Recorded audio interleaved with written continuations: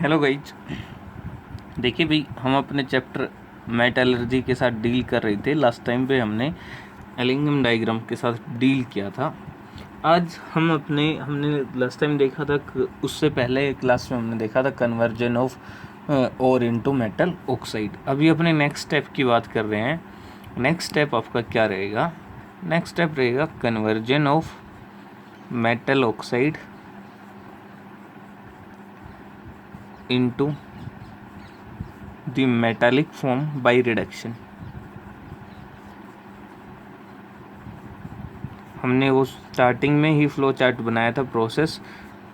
जैसे ही आप कन्वर्ट करेंगे किस मेटल ऑक्साइड बनेगा, उसके बाद क्या करेंगे, हम रिडक्शन करेंगे मेटल ऑक्साइड्स का टू टू ऑब्टेन मेटल। तो इस प्रोसेस को क्या बोलते हैं? इस प्रोसेस को बोला जाता है पायरोमेटलर्जी। वो हमने डिस्कस भी की थी। The process of extraction of metal by reduction of metal oxide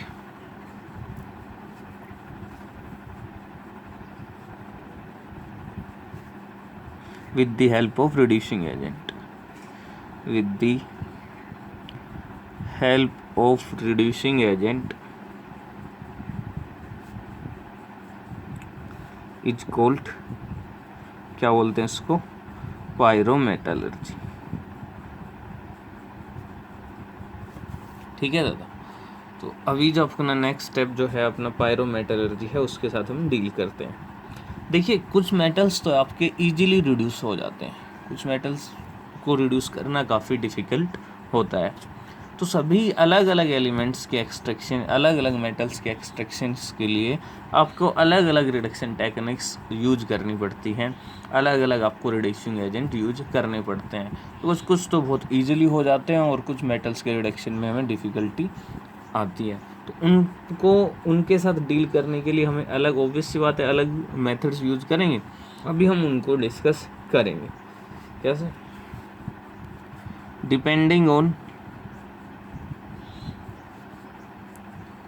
nature of metal oxide,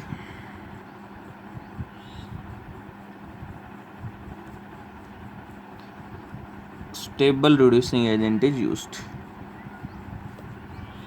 Stable reducing agent is used. आपको स्टेबल रिड्यूसिंग एजेंट रिएजेंट क्या करना पड़ेगा? यूज करना पड़ेगा।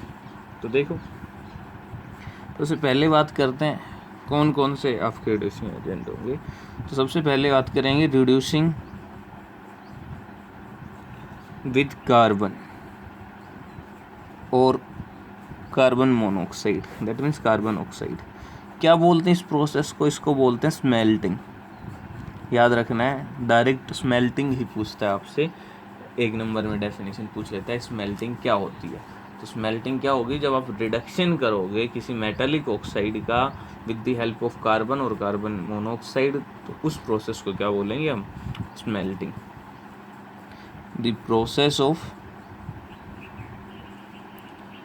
extraction of metal by reduction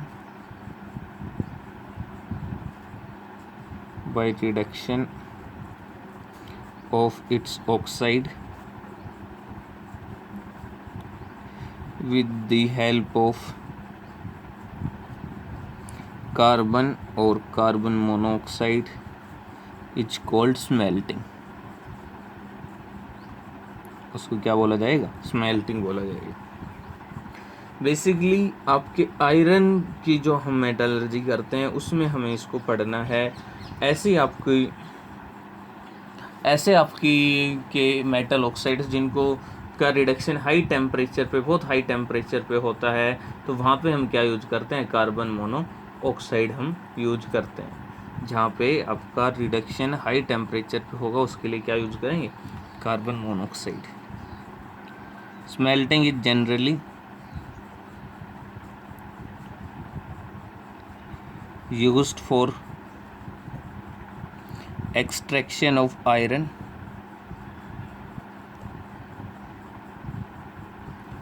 zinc lead इन metals के लिए generally आपका स्मेल्टिंग यूज करते हैं, ठीक है। फॉर एग्जांपल देखो, एग्जांपल की बात करते हैं, ZnO है, उसके हम रिएक्शन, उसका रिडक्शन करेंगे कार्बन से, आपको मिलेगा zinc solid plus CO। Further आपके पास लेड ऑक्साइड है, उसको आप कार्बन से ट्रीट करोगे तो लेड ऑक्साइड का रिडक्शन होगा, आपको लेड सॉलिड मिलेगा along with carbon monoxide gas.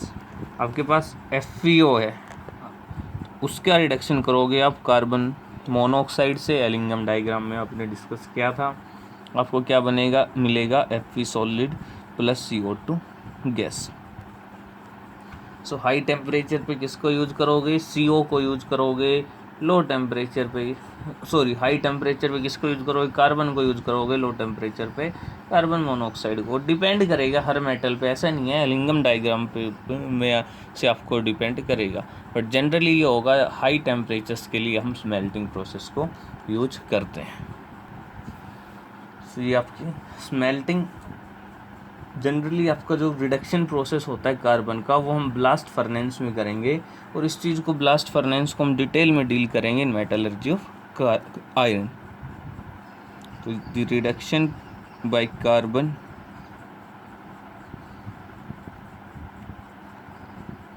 Is done in blast furnace, because blast furnace के अंदर जो टेम्परेचर होता है वो काफ़ी हाई होता है, और कार्बन से रिडक्शन के लिए हाई टेम्परेचर की रिक्वायरमेंट रहती है।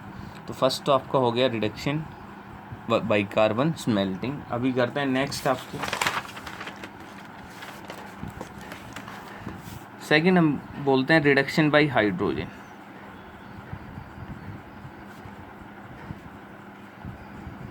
आपको पता है हाइड्रोजन है वो इनफ्लेमेबल होती है, पॉप साउंड प्रोड्यूस करती है, दैट मीन्स कंबस्टाइल होती है, ठीक है।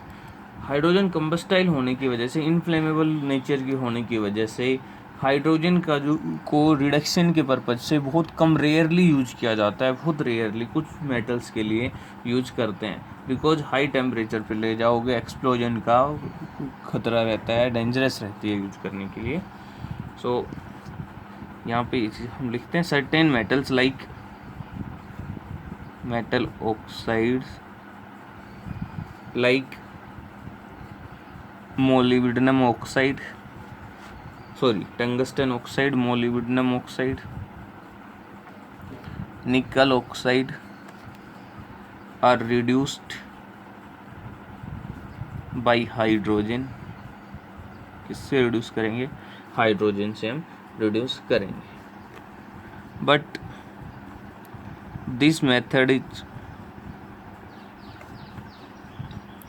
Method for reduction is used very rarely, बहुत कम यूज करते हैं, क्यों, due to combustible nature, combustible nature या फिर आप इनफ्लेमेबल नेचर भी बोल सकते हो, नेचर ऑफ हाइड्रोजन गैस। कैसे यूज करेंगे, देखो आपका टंगस्टन ऑक्साइड है, उसको जस्ट हाइड्रोजन के साथ ट्रीट करोगे तो आपका क्या मिलेगा, आपको प्योर टंगस्टन मेटालिक फॉर्म में मिलेगा अलॉन्ग विद H2। बैलेंस करना है, 3 ऑक्सीजन 3 3 6 हो गई बैलेंस। लाइक आपका मोलिब्डेनम ऑक्साइड है, उसको आपको रिडक्शन करना है, क्या बनेगा आपका pure molybdenum along with H2O, same आपका बैलेंसिंग करनी है। तो ये आपकी रेयर प्रोसेस है, बहुत कम पूछी जाती है, जो सबसे ज़्यादा या तो स्मेल्टिंग पूछी जाती है, या फिर अभी जो हम पढ़ेंगे थर्माइट प्रोसेस जिसको बोलते हैं रिडक्शन बाय एल्यूमिनियम, वो डिस्कस पूछा जाता है। तो ये बात करते हैं थर्ड टेक्निक की। थर्ड टेक्निक हम बोलते हैं reduction bye aluminium.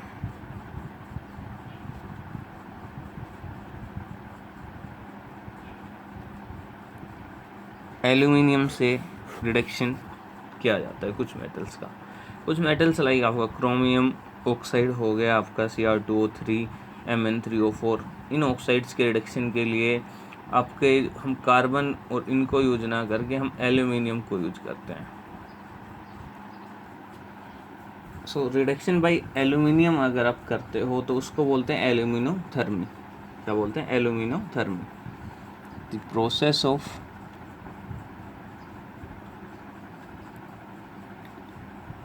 reduction of a metal oxide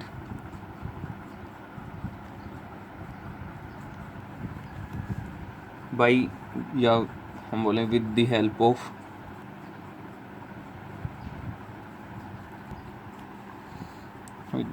of aluminium is called aluminothermy।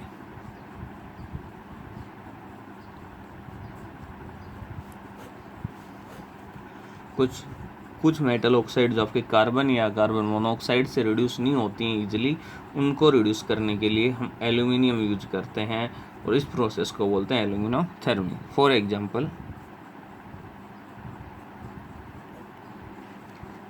Cr2O3 जो है वो एल्यूमिनियम के साथ कंबाइन करेगा और क्या बनाएगा? Chromium plus alumina Al2O3, Cr2 2 aluminium 2 balance होगी।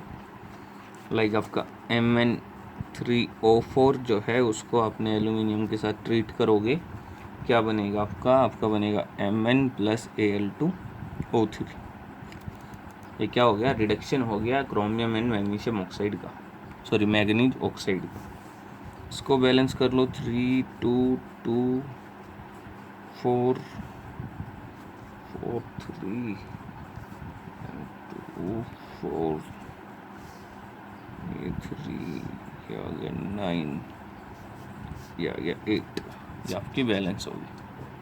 देखो ये जो आपकी रिएक्शंस हैं, जो अब वो रिएक्शंस हमने लिखी हैं, ये रिएक्शन हाईली एक्जोथर्मिक होती हैं। क्या होती हैं? हाईली एक्जोथर्मिक होती हैं। तो जो मेटल आपका रिड्यूस होगा वो आपको किस में मिलेगा? मोल्टन फॉर्म में मिलेगा। किस में मिलेगा? मोल्टन फॉर्म में मिलेगा। These reactions are highly exothermic, so metals are reduced in molten state। Molten state के अंदर आपके रिड्यूस फॉर्म में मिलेंगे। ठीक है, इस प्रोसेस को हम थर्माइट प्रोसेस भी बोलते हैं। क्या बोलते हैं? Thermite process. ये भी पूछ लेते हैं कई बार। This process is also called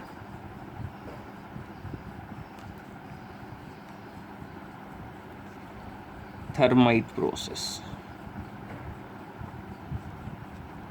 thermite welding का नाम आपने शायद 9th में 10th में आपने ज़रूर सुना होगा। थर्माइट वेल्डिंग क्या होता है बेसिकली, वो भी हम यहाँ पे डिस्कस कर रहे हैं। Thermite welding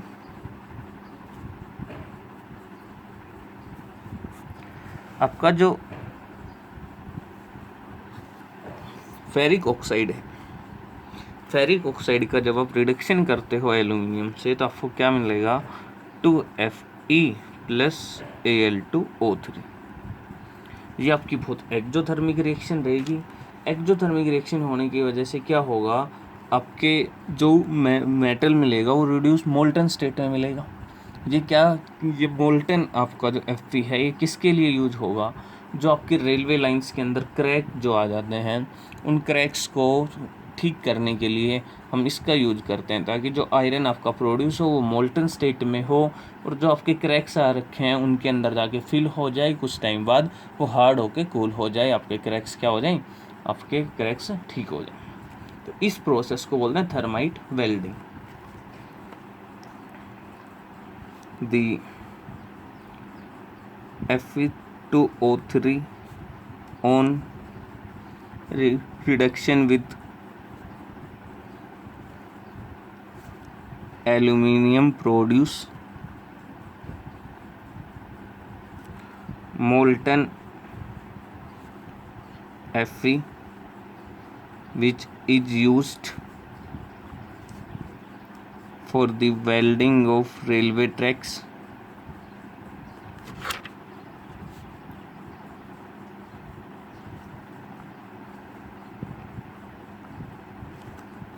this process is called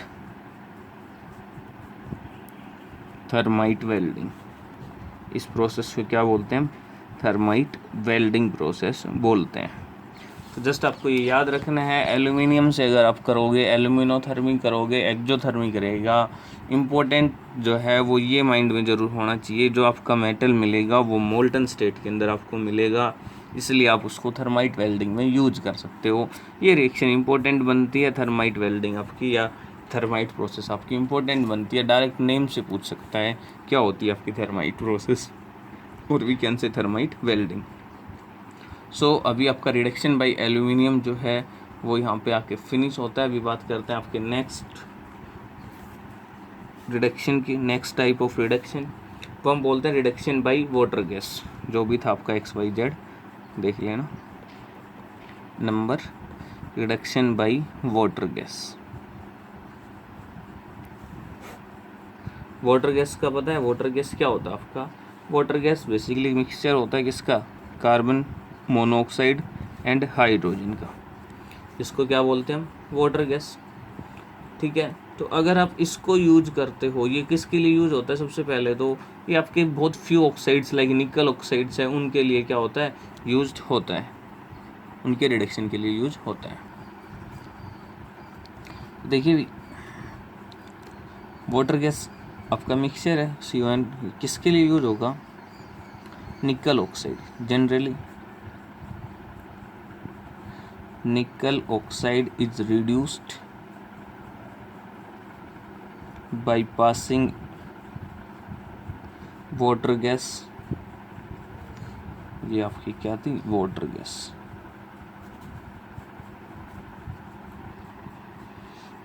so by passing water gas कैसे करते हैं? देखिए NiO है, वो कार्बन मोनोऑक्साइड भी आपका क्या है? एक रिड्यूसिंग एजेंट है, वो भी रिड्यूस करेगा इसको निकल में along with evolution of CO2 gas. And आपका H2 गैस भी क्या है? रिड्यूसिंग एजेंट है, वो भी इसको रिड्यूस करेगा along with evolution of water. तो आपकी निकल ऑक्साइड को आप किससे रिड्यूस कर सकते हैं? इजीली आप वाटर गैस से रिड्यूस कर सकते हैं। अभी आपकी नेक्स्ट एक जो प्रोसेस आएगी, देखिए अभी जो नेक्स्ट आएगा वो आएगा रिडक्शन बाय मैग्नीशियम।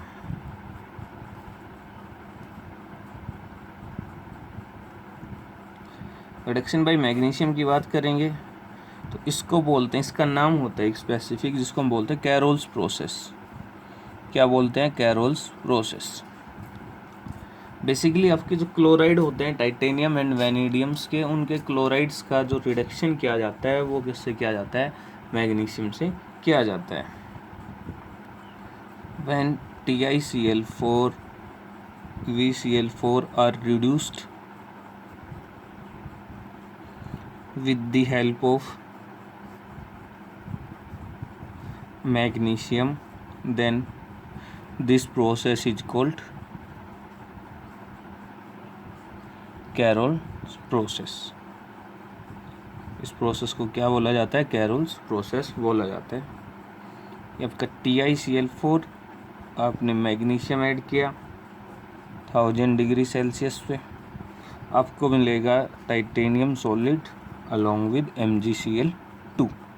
सेम आपका VCl4 Mg के साथ अपने रिएक्शन की vanadium solid along with MgCl2। Two आपका MgCl2 बैलेंस अगर आपको करनी है तो ये आपकी बैलेंस रिएक्शन होगी। तो इसको बोलते हैं कैरोल प्रोसेस। अभी जो लास्ट आपका जो आएगा वो उसको हम बोलते हैं सेल्फ रिडक्शन। लास्ट आएगा उसको बोलते हैं सेल्फ रिडक्शन प्रोसेस। कुछ मेटल ऑक्साइड्स के जब हम रिडक्शन करते हैं तो हमें बेसिकली किसी एक्सटर्नल रिड्यूसिंग एजेंट की ज़रूरत नहीं होती है।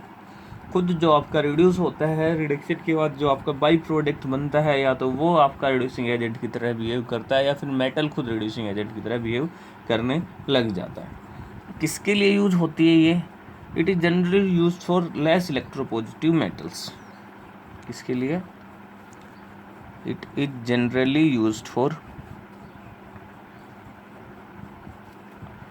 Less electropositive metals like copper, lead, mercury. ठीक है, यहाँ पे आपको किसी एक्सटर्नल रिड्यूसिंग एजेंट की ज़रूरत नहीं पड़ेगी। There is no need of any external reducing agent. खुद जो बाई प्रोडक्ट रहेगा या मेटल रहेगा वो एनाइन रहेंगे आपका, वो क्या करेगा, एक रिड्यूसिंग एजेंट की काम करेगा। फॉर एग्जाम्पल जनरली आपके सल्फाइड्स और जो होते हैं वो सेल्फ रिडक्शन से रिड्यूस होते हैं। क्या होता है, generally sulphide ore are reduced by this method.